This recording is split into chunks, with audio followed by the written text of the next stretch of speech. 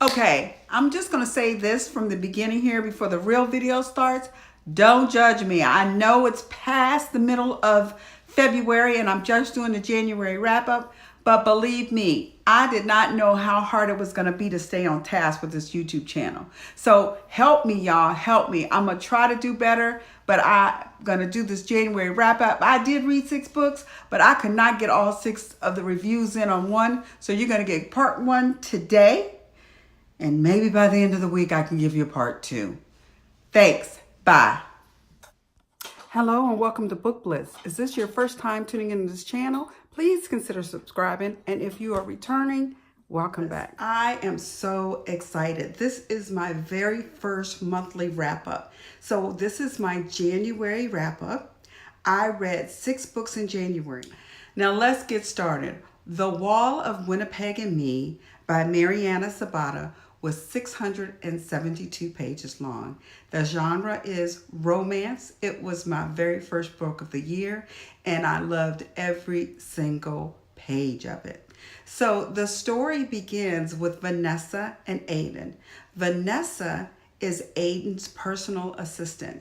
Aiden is a football player, and he is all about the football. Vanessa has been working for him for 2 years and is basically his personal servant. She books his appointments. She manages his social media. She accompanies him on trips. She cooks his food. She picks up his laundry. She does it all. And she's been doing this for 2 years. Now, initially, she took the job because she was in a massive amount of student debt and she had no other job prospects. Her great goal, though, is to own her own business. So she went into this knowing that she was not going to stay forever, that she was going to get enough money together to pay some student loans off and to start her own business. Aiden is a super fabulous football player. He's a Canadian citizen, but he's playing football in the American Football League. So as we start off, Vanessa is near the end of her bridge. She is ready to jump. She has been working for Aiden for 2 years, and he is basically an a-hole.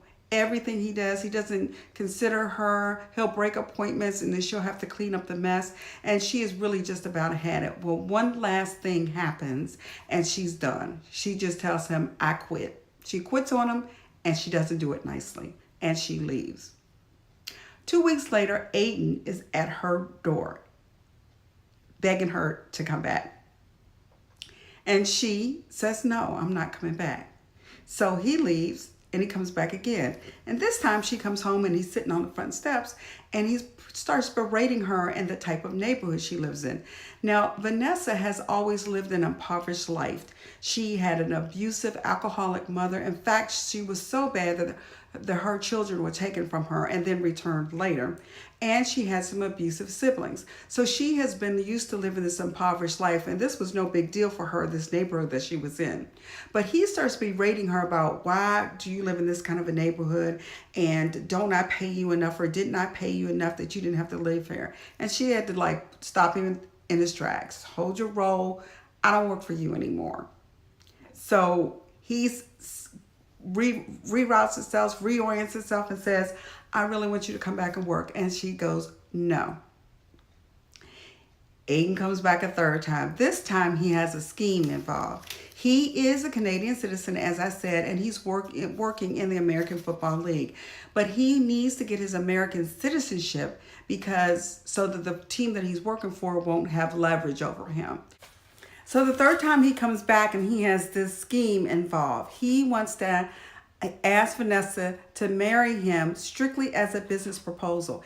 And in return for doing that, he will pay off all her student debt and buy her house. She is ecstatic, but she's nervous. She knows it's illegal, but it's not all about the money. She does care about him, and she wants him to be able to have some options, so she agrees to do it. As the story progresses on, we find out that Aiden and Vanessa really come from very similar backgrounds. Aiden did not live an impoverished life, but he did live with an emotionally and physically abusive father, so much so that he was taken from his father and his grandparents raised him. And his mother abandoned him and left him in that abusive situation. So Aiden really is emotionally unavailable, and he only cares about very few people in his life. And nobody else matters. It's all about him. It's all about those people, and nobody else matters. And that's how he lives his life. But anyway, they get together, they have this marriage, and as it progresses on, we find they get to know each other, and we find out that Aiden is not as bad.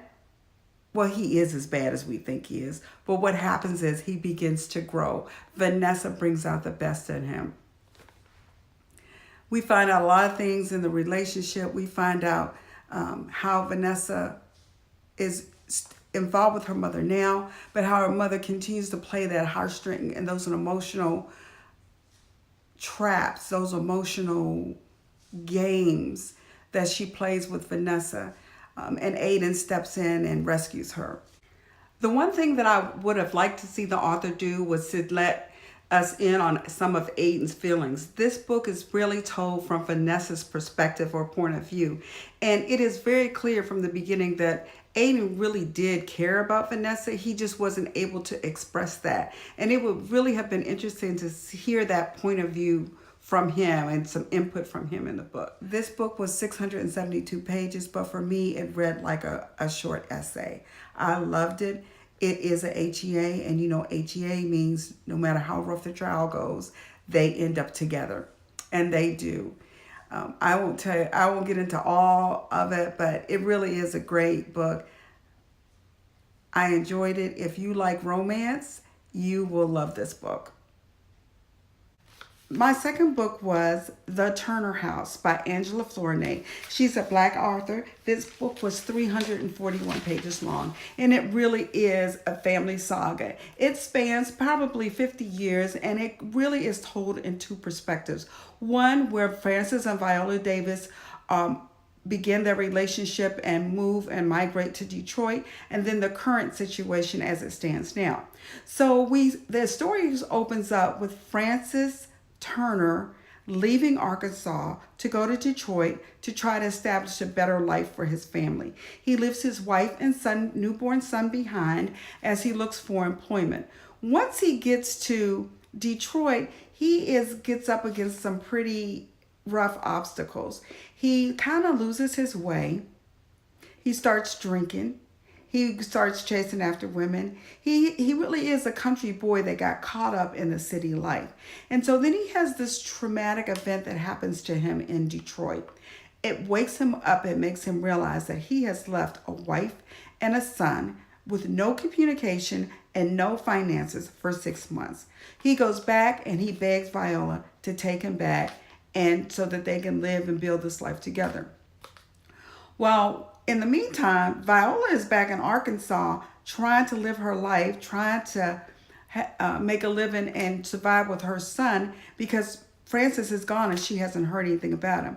But there were only really two means of employment for Blacks in Arkansas in the area that she was, and that was either the cotton fields or domestic. She took a domestic job and was kind of faced with some domestic abuse from her employers in that situation. So she got into some relationships after that. So when Francis came back begging for forgiveness, she understood that they needed to start anew. And she let him know, I don't know what you did. I don't want to know.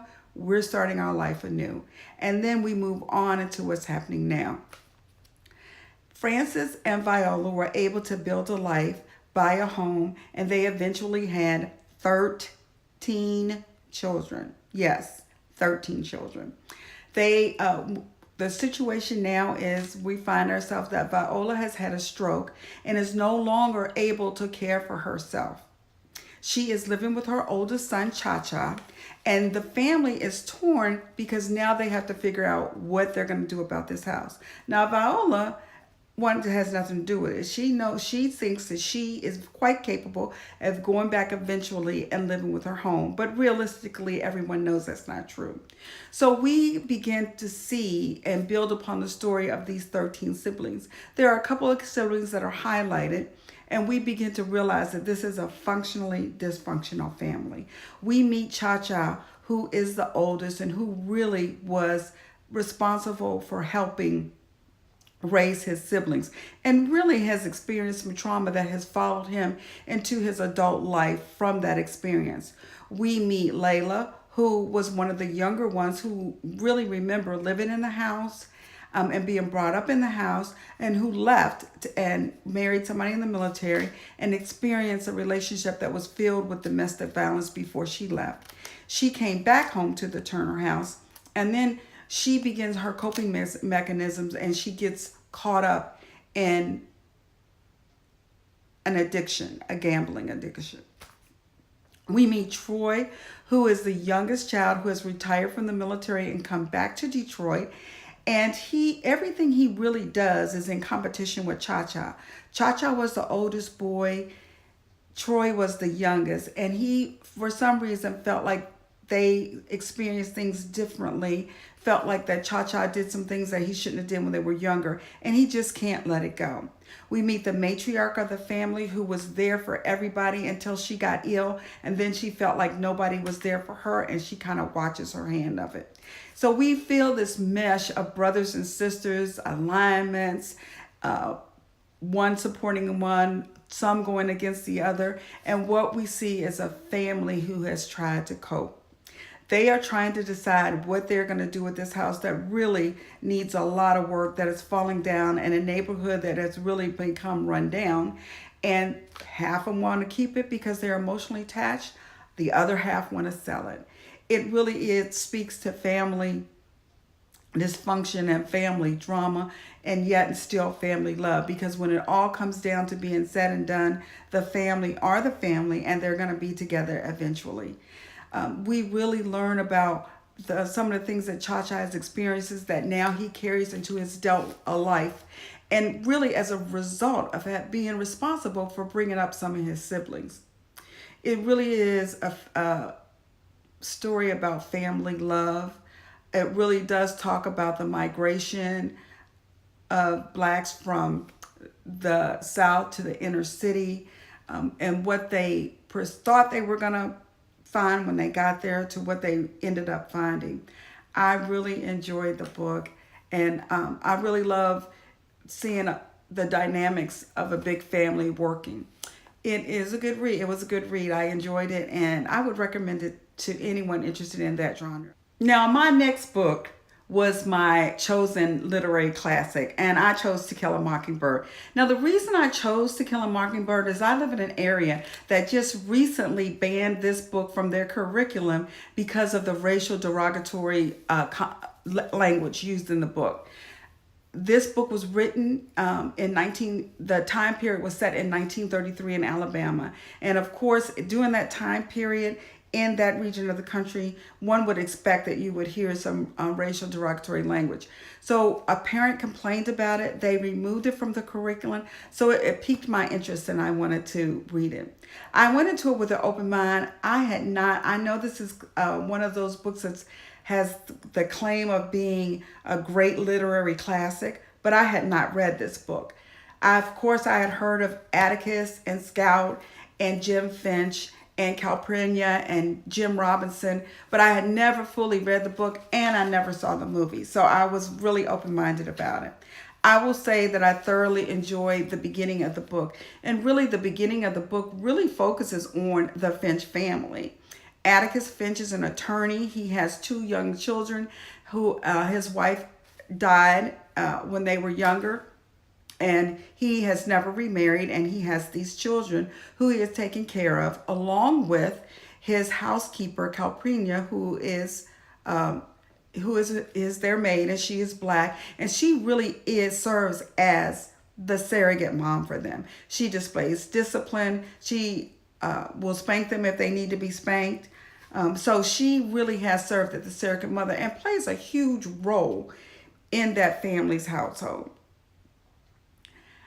We learn about Scout Finch, who is this really smart, precocious little girl who has all kinds of antics that made me laugh to think about him. She thinks she's on par with her big brother and will go toe to toe to him with anything.